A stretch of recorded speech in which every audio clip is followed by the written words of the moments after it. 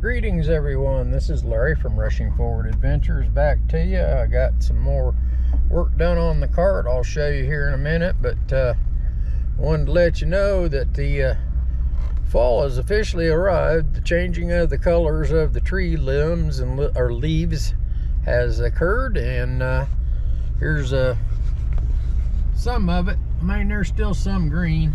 This is the park, so but as you can see, there's still well, those are evergreens, so there anyway. But the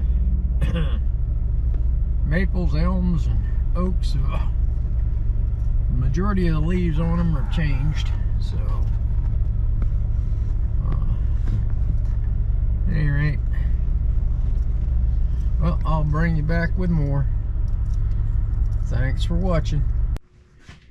Well, greetings everyone, this is Larry back to you here. I told you I'd give you a little update on the cart project. Right now trying to work on coming up with pulleys and so forth to work. I got kind of a little bit of a mock-up, as you can see. I fabricated a plate to mount the generator and the transmission on. Now you'll notice the transmission is not, the pulley is not actually mounted on the transmission because the spacing, I got to get the spacing here correct. But the I don't know if you can see it, but the input shaft on this is 3/4 square. I don't know if you can see that or not. Let me come around here and show you. That's a 3/4 square. Well, I have been so far unable to find any kind of a pulley that has got a square drive on it. So what I've got is the sprocket with a spacer in it right now, just mocked up with a pulley I found out there at the farm, which is about the right size considering this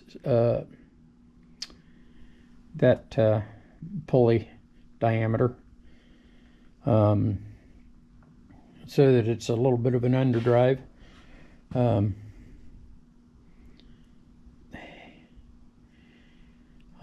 At any rate, haven't thoroughly decided how I want to run this. This pulley, I got a key for it now, so it's keyed. It's kind of buried in there, but there's a keyway in it now. I polished the shaft up so I can move that in and out right now without having to pull on it.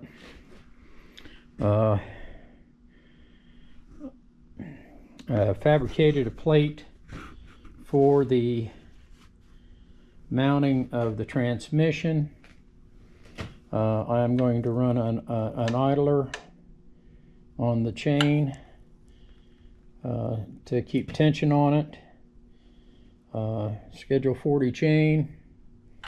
It's none of that's really tight, but I've got it set up to where I'll make either an idler to spring-loaded idler to run on the top or on the bottom. Not sure which I want to do first, which way I want to do it. I can get the idler. The local tractor supply companies actually have the idler. A little more than I want to spend for one, but they do have an idler. And I've got plenty of brackets and so forth that I can fabricate.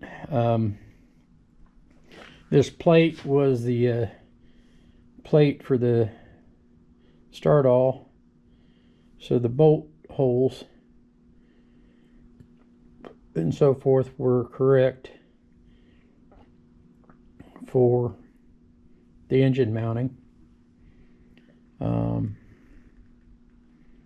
This engine's a lot lighter than the engine that came off of it, even though there was both I believe supposed to be 8-horse motors. This is an aluminum cased motor. Now this Briggs & Stratton, I know I'm going to have to, this is how they had the oil drain on the start all, but and of course the gas tank was mounted here, which I'm not going to have the gas tank mounted here. I'm going to make it either back here or over to that side, so it's a little more convenient to fill.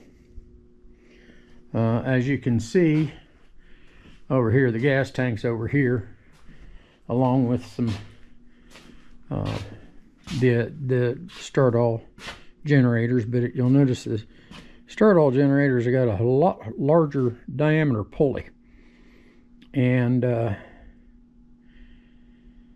since this is going to be more of a you know, throttle as you go, I need the smaller diameter pulley, which I can get pulleys too. That's actually not a big deal. I did find some flanges out there at the farm that this in here, the hole is too big, and it's not square, it's round. I do have some 1/8 inch thick 3/4 square stock, and contemplating whether to actually make a drive. I thought I had a square drive 3/4 socket, 1/2 inch drive, but it's not 3/4. That's for, it's an old socket that was on the farm. It was for, you know, drain fill plugs. Then of course I got a 3/4 to 1/2 inch adapter, which I got actually a few of them. And then I also got an old 3/4 drive extension. Now the thought was to clean all this chrome off and cut. I need a 1/4 inch thick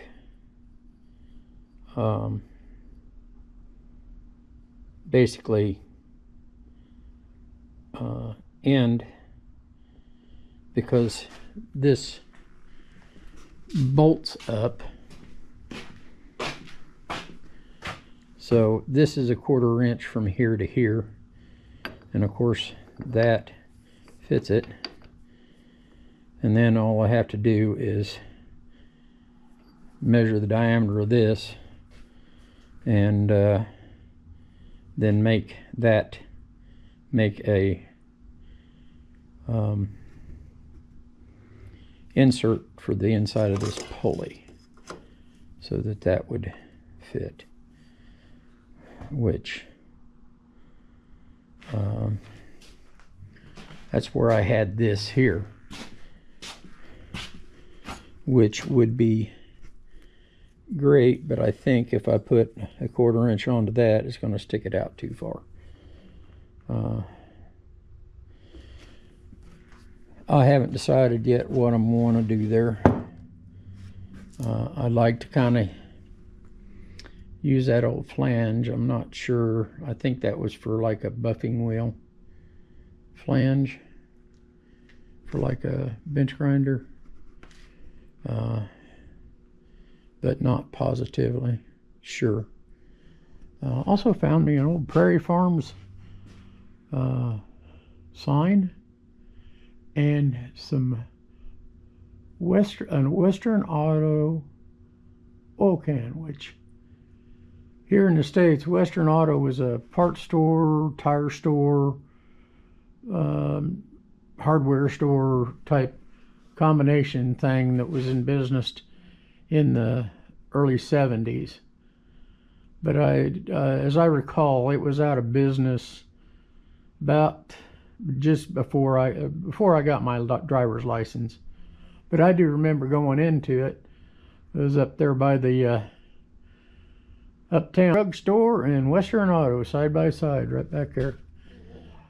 Which that whole, I think the building might still actually be there, but it may also be gone. But that was Western Auto Supply Company. I thought that was pretty neat. That was actually laying on the ground in the old shed and still had pretty good color on it. But that's where I'm at now. Not sure. Still contemplating on how to come up with a 3/4 drive hub or collar that I could weld onto that pulley, or even buy another. I guess I could buy another pulley, but if I had a collar that was 2 1/4 inch,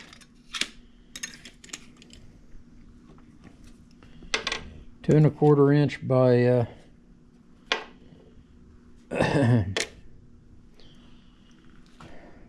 outside round by 3/4 drive, that would be awesome.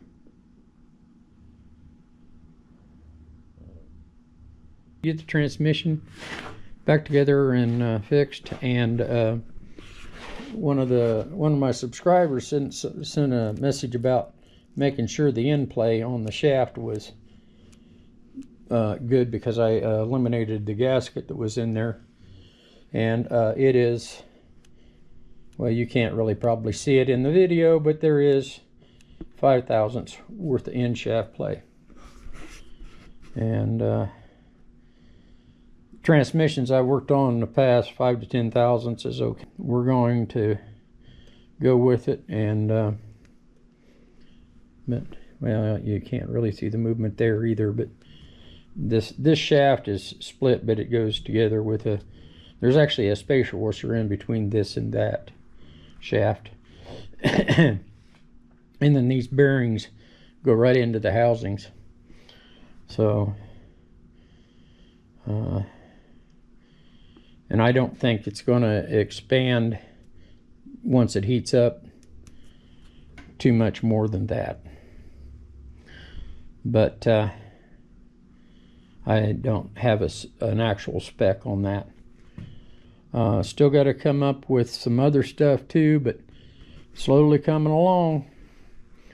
We're making her happen. So till the next time, thanks for watching. Have a wonderful day.